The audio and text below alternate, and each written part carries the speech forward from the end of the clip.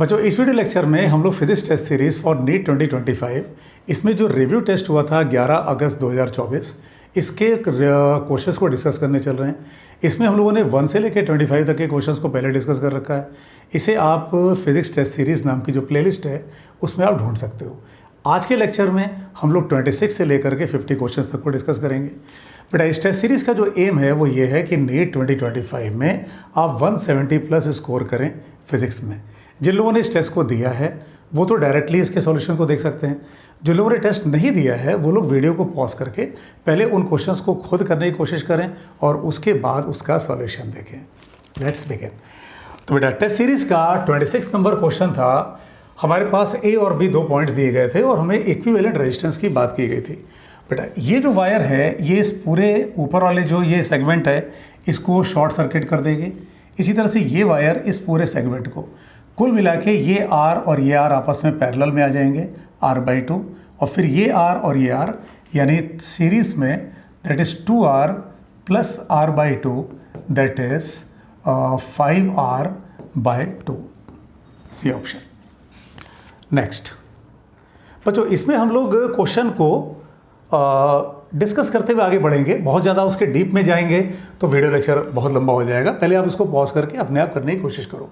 27 vernier caliper का 1 millimetre है उसका आप कह सकते हैं उसका जो पिच है उसका जो स्केल की जो रीडिंग होती है उसके 20 इक्वल डिविजन्स हैं वर्नियर स्केल पे जो कि 16 से मैच कर रहे हैं। क्वेश्चन आपसे लीस्ट काउंट जानना चाहता है। तो मतलब कुल मिला के अपने पास मेन स्केल रीडिंग अपने पास पता है 1 की। तो फॉर्मूला क्या होता है वर्नियर स्केल रीडिंग अपने पास कितने की है 20। तो इसका मतलब 20 VSD ये बराबर है 16 MSD के। तो यहाँ से VSD अपने पास आ जाएगा बेटा कितना आ जाएगा 0.8 MSD आ जाएगा। लीस्ट काउंट होता क्या है least count MSD minus VSD। तो MSD कितना है 1 मिलीमीटर। VSD अगर आप यहाँ 1 मिलीमीटर करोगे तो ये 0.8 मिलीमीटर बन जाएगा यानी लीस्ट काउंट इसका 0.2 millimetre that is D option. Next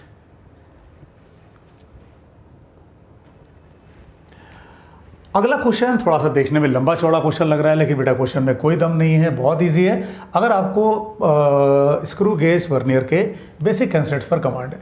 question बोल क्या रहा है कि अपने पास एक ऐसा वर्नियर स्केल है स्क्रू गेज है जो कि 0.5 मिलीमीटर है और उसका 100 उसका सर्कुलर स्केल है। तो यहाँ से सबसे पहले तो हमें क्या कर लेना था यहाँ से हम 0.5 को डिवाइड करें इस 100 से तो यानी 0.005 ये मिला हमें। अब क्वेश्चन बोल क्या रहा है कि जब कोई ऑब्जेक्ट नहीं रखा है तो 3 divisions below the reference line यानी हमें 0 एरर पता है पॉजिटिव में है कितना 3 डिविजन्स की। फिर उसने कोई ऑब्जेक्ट रख दिया तो 5.5 मिलीमीटर ये रीडिंग है और जो सर्कुलर स्केल रीडिंग है 48 है। तो कैसे निकलेगा ये 5.5 ये तो अपने पास ऑलरेडी है 48 इंटू 0.005 प्लस ये जो 3 डिविजन्स हैं 3 इंटू 0.005 चूँकि वो पॉजिटिव में है तो मतलब आप या कह लो उसको एडजस्ट करोगे क्योंकि बिलो द रेफरेंस लाइन है जोड़ दोगे इसको तो आपको मिल जाएगा इसमें 5.775 यानी 755 that is third option. Next अगला क्वेश्चन भी अपने पास स्क्रू गेज का ही है। अब ये क्वेश्चन थोड़ा सा कंफ्यूजिंग लगता है क्योंकि इसमें लैंग्वेज क्वेश्चन ने जानबूझ करके ऐसी इस्तेमाल की है कि इसमें स्टूडेंट इस बात से कंफ्यूज हो जाएगा कि इसमें पिच कौन सा है और लीस्ट काउंट कौन सा है। इसमें क्वेश्चन आपसे ये कह रहा है कि जो मेन स्केल है वो इसका 1 मिलीमीटर का है। मिनिमम डिविजन्स बताइए कितने हो ताकि वो 5 माइक्रोमीटर डायमीटर को यानी वायर को नाप ले। तो बेटा इसका मतलब क्वेश्चन आपको इनडायरेक्टली लीस्ट काउंट ये दे रहा है। तो लीस्ट काउंट यानी 5 इंटू 10⁻⁻6 जो कि मिनिमम चाहिए नापने के लिए और ये अपने पास 1 मिलीमीटर है दैट इज़ 10⁻⁻3। तो circular scale division let us call it C। तो बेटा आप इसको सॉल्व कर लो तो ये मिल जाएगा आपको 200 यानी सर्कुलर स्केल 200 डिविजन्स का होना चाहिए। नेक्स्ट अब ये क्वेश्चन कहता है कि कोई रिवर है जिसमें जो कि वेस्ट से ईस्ट की तरफ बह रही है, ये डायरेक्शन है वेस्ट से ईस्ट की तरफ, और कोई व्यक्ति है साउथ बैंक में, मतलब वो यहाँ पे है, और उसका एम है रिवर को क्रॉस करना शॉर्टेस्ट टाइम में। तो बेटा शॉर्टेस्ट टाइम में कैसे पार करता है कोई? रिवर फ्लो के परपेंडिकुलर चल के। इसका मतलब सीधे इसमें आंसर आ जाना था नॉर्थ के अलोंग, यानी इसमें हमें इस 10 मीटर पर मिनट की, और फिर ये जो बाकी हमें डाटा दे रखा है क्वेश्चन ने 5 मीटर पर मिनट एट्सेट्रा, बेटा इसकी हमें कहीं कोई ज़रूरत पड़नी नहीं थी, क्योंकि शॉर्टेस्ट टाइम के लिए रिवर फ्लो के परपेंडिकुलर उसके तहत चलना चाहिए। और अगर शॉर्टेस्ट पाथ की बात होती है तब थोड़ा तिरछा चलते हैं, यानी इसमें तो पेन कॉपी टच करने की ज़रूरत ही नहीं थी, आसान क्वेश्चन था। नेक्स्ट 31, यस 31 क्वेश्चन ने हमें एक सेमी सर्कुलर पाथ दिया, और ये कहता है क्वेश्चन कि 1 मीटर का ये सेमी सर्कल है और 1 सेकंड में वो ए से बी तक आ जा रही है। तो आप बताइए एवरेज वेलोसिटी का मैग्नीट्यूड कितना है? बट एवरेज वेलोसिटी निकालना बहुत आसान काम, ए से बी को आप जोड़ दो तो आपको डिस्प्लेसमेंट मिल गया, कितने का मिल गया? 2 मीटर का। ये आ गया डिस्प्लेसमेंट, और कितनी देर में? 1 सेकंड में।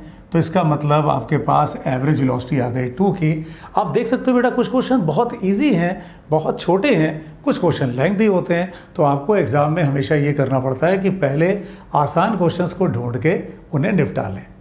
नेक्स्ट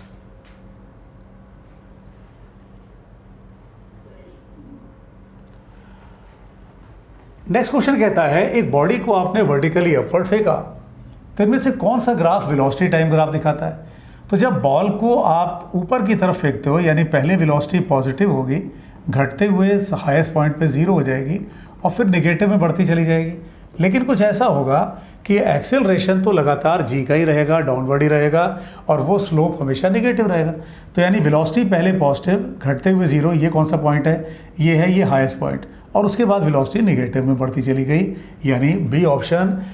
वैसे भी अगर आप मोशन अंडर ग्रेविटी कंसीडर करो तो बॉल को अगर आप ऊपर नीचे से ऊपर फेंक रहे हो, चाहे ऊपर से आप ड्रॉप कर रहे हो, चाहे प्रोजेक्टाइल मोशन की बात कर रहे हो, तो एक्सेलरेशन तो हमेशा जी का होता है और वो हमेशा डाउनवर्ड होता है। तो इसका मतलब वीटी ग्राफ का स्लोप तो हमेशा नेगेटिव ही होना चाहिए। नेक्स्ट सिंपल पेंडुलम का एक बॉबड़ा, फिर रिपीट कर रहा हूँ, आप लोग जिन्होंने पहली बार जो पेपर को देख रहे हैं वो लोग वीडियो पॉज करके पहले अपने आप करने की कोशिश करें। हाँ, जो लोग टेस्ट सीरीज देते हैं वो डायरेक्टली इसका सॉल्यूशन देखते चले जाएं, क्योंकि उन्होंने इसको पहले किया हुआ है।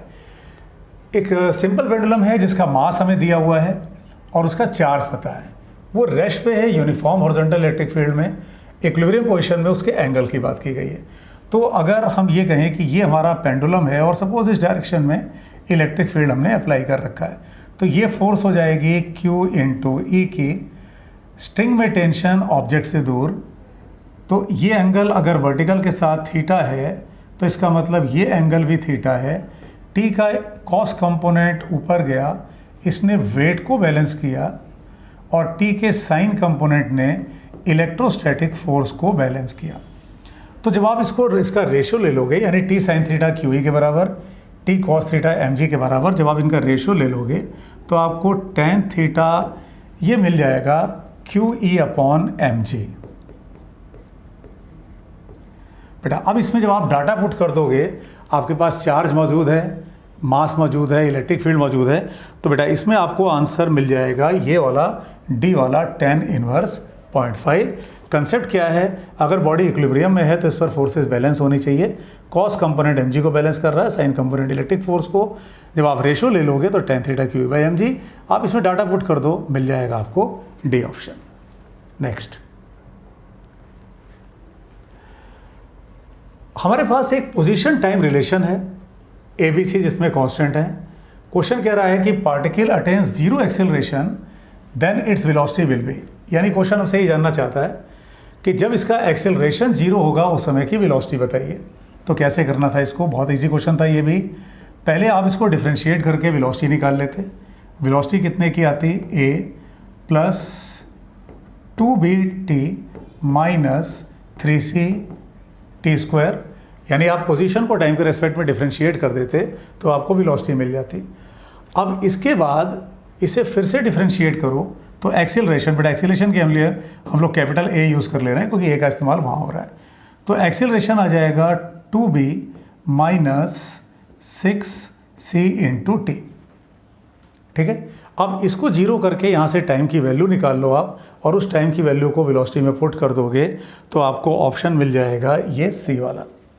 यानी करना ये है कि इसको जीरो करके यहाँ से टाइम निकाल लो और इस टाइम की वैल्यू को वेलोसिटी में पुट कर दो। बेटा हम लोग कैलकुलेशन यहाँ पे नहीं कर रहे हैं, मेन कंसेप्ट तक ले आके क्वेश्चन को छोड़ रहे हैं, क्योंकि इसके बाद का काम अगर स्टूडेंट खुद कर लेगा तो उसको ये कंसेप्ट भी और क्लियर हो जाएगा और अननेसेसरी बेटा वीडियो लेक्चर बहुत लंबा नहीं होगा, टू द पॉइंट हम लोग रहेंगे, कंसेप्ट पर फोकस करेंगे। नेक्स्ट,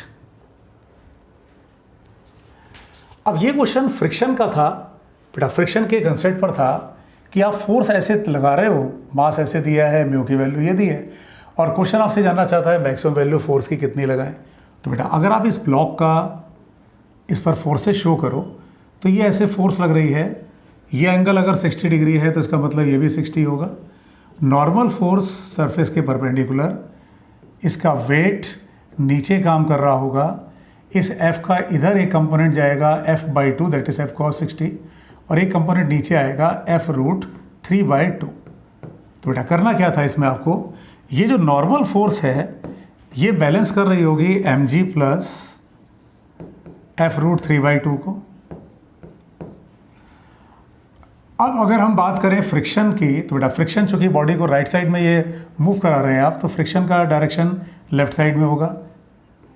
ये फ्रिक्शन फोर्स कितने की होगी, म्यू इंटू एन की होगी, और यही म्यू एन को बराबर होना जाना चाहिए इस फोर्स F/2 के। यानी अब आपके पास बेटा म्यू नोन है, एन की वैल्यू आप यहाँ पुट करोगे और इक्वल टू F/2 कर दोगे तो आपको F की वैल्यू मिल जाएगी और वो मिलेगी A यानी 20 न्यूटन। ठीक है, इन क्वेश्चंस को आप एक बार अपने आप भी करोगे जब, तभी सीखोगे बेटा। जब तक आप क्वेश्चंस पे खुद प्रैक्टिस नहीं करते हो आपको सब्जेक्ट पे कमांड नहीं बनती है।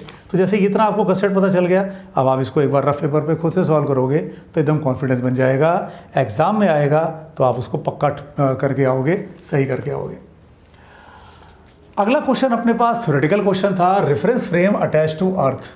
बेटा ये एग्जाम्स में कई बार आया हुआ क्वेश्चन है। Is an inertial frame, no बेटा, अगर क्योंकि हमें पता है अर्थ अपनी एक्सिस पर भी रोटेट करती है और अर्थ सन के अराउंड भी रोटेट करती है। तो अगर कोई बॉडी रोटेट कर रही है तो इसका मतलब उसकी स्पीड भले कांस्टेंट हो, वेलोसिटी वेरिएबल है। वेलोसिटी वेरिएबल है तो इसका मतलब एक्सेलरेशन है, और इनर्शियल फ्रेम मतलब नॉन एक्सेलरेटिंग होते हैं। तो इसका मतलब ये नॉन इनर्शियल फ्रेम है। तो B option can not be an inertial frame because earth is revolving around the sun. Inertial frame ये है नहीं, तो इसका मतलब बाकी ऑप्शंस अपने गलत, बे ऑप्शन। नेक्स्ट, अब यहां पे अगेन एक थ्योरेटिकल क्वेश्चन ही है ये।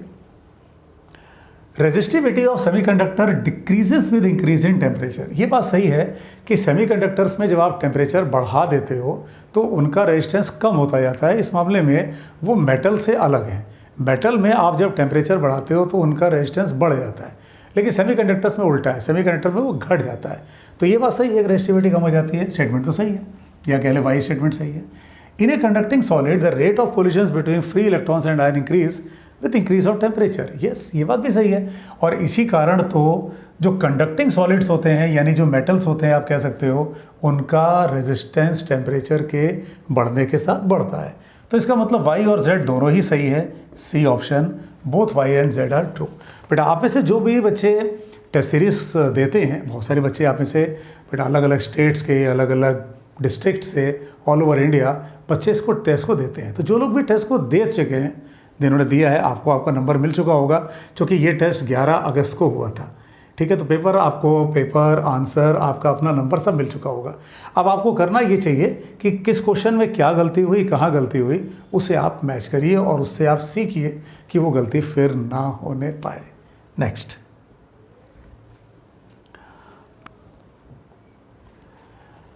क्वेश्चन सर्किट बेस्ड था, करंट पर था। अगर हम इतने का रेजिस्टेंस पहले निकाल लें तो 4 + 4 8, 8 और 8 का पैरेलल कॉम्बिनेशन 4, 4 और 4 अगेन 8, 8 और 8 का पैरेलल कॉम्बिनेशन 4, 4 3 7 7 2 9।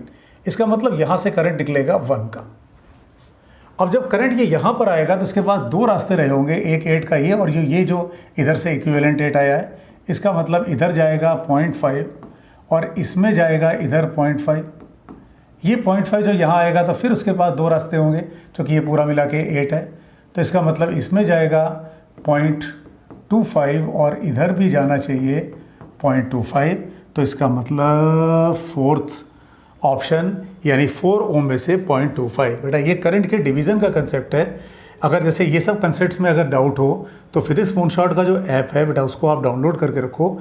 उसमें आप देखोगे तो चैप्टर वाइज कोर्सेज हैं। तो जैसे उसमें ये करंट इलेक्ट्रिसिटी का भी चैप्टर है, तो उसको आप परचेज़ कर सकते हो with nominal cost.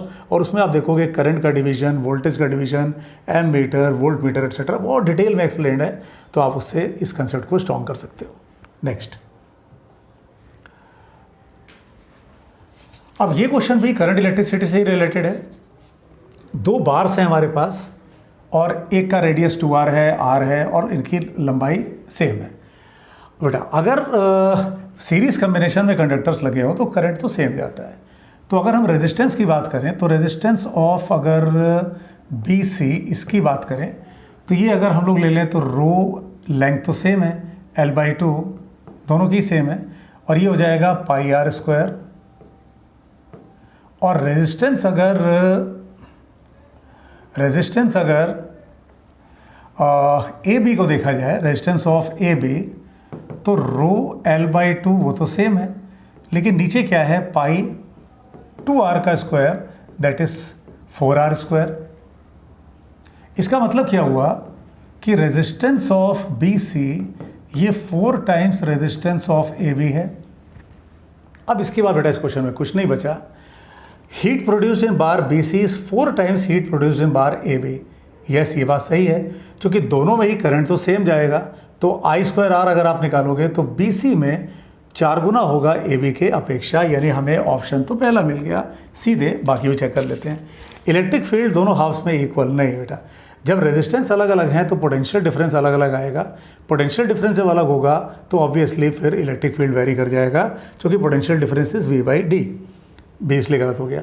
Current density cross AB is double that of BC। No but आप देख सकते हो रेजिस्टेंस का रिलेशन आपके पास 4 टाइम्स का है, तो जब करंट डेंसिटी निकालोगे आप I/A तो वो वही रेशियो फॉलो करेगा जो एरिया कर रहा था, यानी 4 गुना का। तो ये गलत है।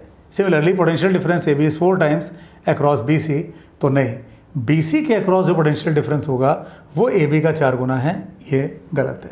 ठीक है बेटा, ये सारे कंसेप्ट्स चैप्टर वाइज कोर्सेज हैं फिजिक्स मूनशॉट ऐप पर, वहाँ से आप इसको लेकर के अच्छे से कवर कर सकते हो। नेक्स्ट, यूनिफॉर्म इलेक्ट्रिक फील्ड है पॉजिटिव x डायरेक्शन में और ए ओरिजिन पर है, यानी ये पॉइंट है अपना A, B है x एक्सिस पर, यहाँ है B, और C है y एक्सिस पर, यानी यहाँ है।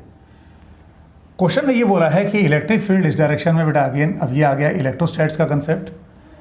तो ये पॉइंट्स हमें दिए गए थे A, B और C, और इलेक्ट्रिक फील्ड का डायरेक्शन इधर दिया हुआ है। तो ये हमारे पास में 3 पॉइंट्स हैं बेटा। इलेक्ट्रिक फील्ड के जितना आप अपोजिट जाते हो पोटेंशियल डिफरेंस उतना बढ़ता चला जाता है। इसका मतलब A और C का पोटेंशियल सेम होगा, लेकिन B से बड़ा होगा वो। अब इसमें चुन लेते हैं, A B से छोटा है, गलत हो गया। A B से बड़ा है, यस, B ऑप्शन। A और C इक्वल होंगे, इसलिए C और D गलत। इलेक्ट्रिक फील्ड के जितना आप अपोजिट जाते हो पोटेंशियल उतना बढ़ता जाता है। बेटा ये कंसेप्ट इलेक्ट्रोस्टैटिक्स का है। अगेन अगर आपको इस कंसेप्ट को स्ट्रॉन्ग करना है, आप इलेक्ट्रोस्टैटिक्स का जो बेटा कोर्स है उसको स्टडी करो, वहाँ से आपको पूरा कंसेप्ट मिल जाएगा। 41, 2 आइडेंटिकल कैपेसिटर्स हैं जिनके कैपेसिटेंस C हैं। एक को चार्ज किया आपने V1 से, दूसरे को चार्ज किया V2 से, और लाइकली चार्ज प्लेट्स को जोड़ दिया। डिक्रीज इन एनर्जी, बेटा ये वो वाला कंसेप्ट है जिसमें कि आप दोनों के चार्जेस को पहले निकाल लेते हो और फिर लाइकली चार्ज प्लेट को जोड़ा गया तो आप कॉमन पोटेंशियल निकालते हो। वो कैसे आता है? वो आता है CV1 प्लस CV2/2C, यहाँ से कॉमन पोटेंशियल आएगा। फिर आप क्या करते हो, दोनों की इनिशियल एनर्जीज यानी दोनों के पास एनर्जीज जो होती हैं उनको आप जोड़ देते हो। हाफ CV1² हाफ CV2², ये इनिशियल एनर्जी थी। फाइनल एनर्जी सिस्टम के पास कितने की है? हाफ 2C इंटू ये v का स्क्वायर। और क्वेश्चन आपसे कह रहा है डिक्रीज इन एनर्जी, मतलब आप इनिशियल में से फाइनल एनर्जी को सब्सट्रैक्ट कर दोगे। आप इक्वेशन को जब सॉल्व करोगे तो इसमें आपको आंसर मिलेगा सी वाला। ठीक है, यहाँ से कॉमन पोटेंशियल निकालना, आप इनिशियल एनर्जी निकालना, फिर फाइनल एनर्जी, और फिर इनिशियल में से फाइनल को सब्सट्रैक्ट कर दोगे तो आपको जो एनर्जी का डिक्रीमेंट है, डिक्रीज है, वो मिल जाएगा। नेक्स्ट, इसमें क्या है कि आपके पास एक स्फेयर है जिसके अंदर चार्ज पूरा भरा हुआ है और ये कैविटी है। तो बेटा इस कैविटी के अंदर यानी इस एम्प्टी स्पेस के अंदर आपसे इलेक्ट्रिक फील्ड मांगा जा रहा है। तो करते क्या है, थोड़ा लंबा सॉल्यूशन इसका, इस पूरे सॉलिड स्फेयर के कारण इस पॉइंट पर फील्ड निकालते हैं, ये मानते हुए कि पूरा भरा हुआ है यानी बीच में कैविटी नहीं है। फिर इस पोर्शन में यानी जो कैविटी वाला पोर्शन है उसमें मान लेते हैं कि निगेटिव चार्ज है, ताकि इस पॉजिटिव और नेगेटिव मिल करके वहाँ पे वो बैलेंस कर ले, जीरो हो जाए। तब आप किसी पॉइंट पर जब फील्ड निकालते हो तो वो यूनिफॉर्म नेचर का आता है, यानी नॉन ज़ीरो एंड यूनिफॉर्म। थोड़ा लंबा डेरिवेशन है बेटा, पूरे का पहले फील्ड निकालते हैं, फिर इसका फील्ड निकाल के उसको माइनस कर देते हैं, तो वो ये देखा जाता है कि वो नॉन ज़ीरो होता है और वो यूनिफॉर्म नेचर का होता है। नेक्स्ट, अगला क्वेश्चन हमारे पास बेटा बहुत इजी था। हमारे पास दो वेक्टर्स थे और उनके बीच का एंगल मांगा जा रहा था। तो दो वेक्टर्स के बीच का एंगल यानी आप A dot B equal to A B cos theta चला लेते। ए डॉट बी आप करके देखो बेटा, 3 into 3 that is 9 plus 16 minus 25, तो ये आ गया 0। और अगर दो वेक्टर्स का डॉट प्रोडक्ट 0 है इसका मतलब वो म्यूचुअली परपेंडिकुलर हैं। नेक्स्ट, 44th क्वेश्चन बेटा, ये जो भी क्वेश्चंस हैं आप लोग बेटा उसको वीडियो को पॉज करके पहले एक बार अपने आप करने की कोशिश करते रहो, जो भी लोग फर्स्ट टाइम देख रहे हैं इसको। दो बुलेट्स फायर की गई हॉरिजॉन्टली साइमल्टेनियसली ईच अदर, और 100 मीटर का गैप है। ये ऐसे बिल्डिंग्स हैं, इनके बीच का गैप है 100 मीटर, 100 मीटर, और इनकी जो ऊंचाई है वो है 200 मीटर। फायर किया गया है कितने से, 25 से। तो करना क्या है बेटा, ये ऐसे आकर के आपस में टकराएंगे, तो हॉरिजॉन्टल वेलोसिटी के कारण इस 100 मीटर के गैप को तय करने में कितने का समय लगा। Net velocity 25 plus 25 that is 50 into T बराबर 100। तो यहाँ से आपको टी मिल गया, कितना मिल गया, 2 सेकेंड। तो टाइम इसका मतलब 2 सेकेंड। अब ये कहाँ टकराएंगे, इतनी देर में ये नीचे कितना गिर जाएंगे ये निकाल लो बेटा। किस फॉर्मूले से निकालो, हाफ जी टी स्क्वायर। तो ये इसका मतलब 20 मीटर आ गया। तो ये हाइट 20 मीटर की आई। अब ऑप्शन में ध्यान से देखना है, एक बार हमें 20 मीटर वाला ऑप्शन दिख रहा है, लेकिन बेटा हाइट ऑफ 20 मीटर नीचे से 20 मीटर नहीं, वो ऊपर से 20 मीटर है। जब आप नीचे से लोगे तो 180 मीटर। बहुत छोटी छोटी गलतियां होती हैं, कई बार एग्ज़ाम में ये छोटी गलतियां ही भारी पड़ जाती हैं, क्योंकि अपना नंबर कट जाता है जिससे अपने को नंबर मिलना होता है। नेक्स्ट, एक पार्टिकल कांस्टेंट वेलोसिटी से चल रहा है और उस पर ये 3 फोर्सेस लग रही हैं, और उसके बाद क्वेश्चन हमसे जानना चाहता है कि उसकी वेलोसिटी पे क्या असर पड़ेगा। तो बेटा अगर आप ध्यान से देखो तो ये P, Q और R, जब आप इनका रिजल्टेंट लेते हो तो वो तो 0 आ जाएगा, क्योंकि जहाँ से चले थे आप वहीं पहुँच जाओगे। तो इसका मतलब हो गया कि नेट फोर्स इस पर 0 है, और नेट फोर्स 0 है तो इसका मतलब एक्सीलरेशन 0 है, और अगर एक्सीलरेशन 0 है तो इसका मतलब velocity will remain constant. Next,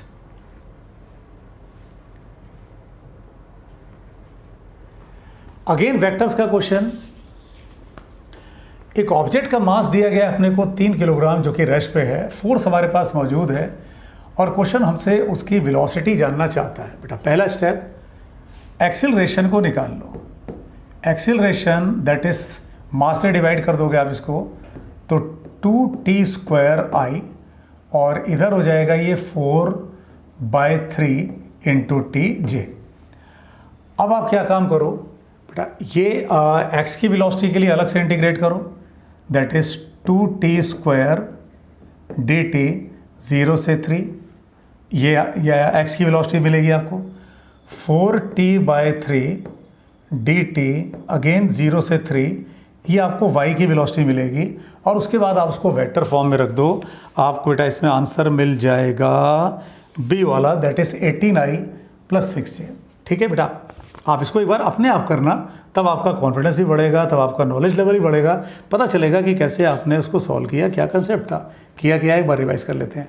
force को मास से डिवाइड कर दिया तो एक्सेलरेशन आ गया, एक्सेलरेशन आ गया तो इसको आपने बेटा ये यहाँ से इसको इंटीग्रेट करके आपने x की वेलोसिटी निकाल ली, मतलब प्रैक्टिकली जो सॉल्व करे हुए हैं उसको, तो ये vx आएगा और ये vy आएगा। उसके बाद आप उसमें ij बैठा देना। नेक्स्ट,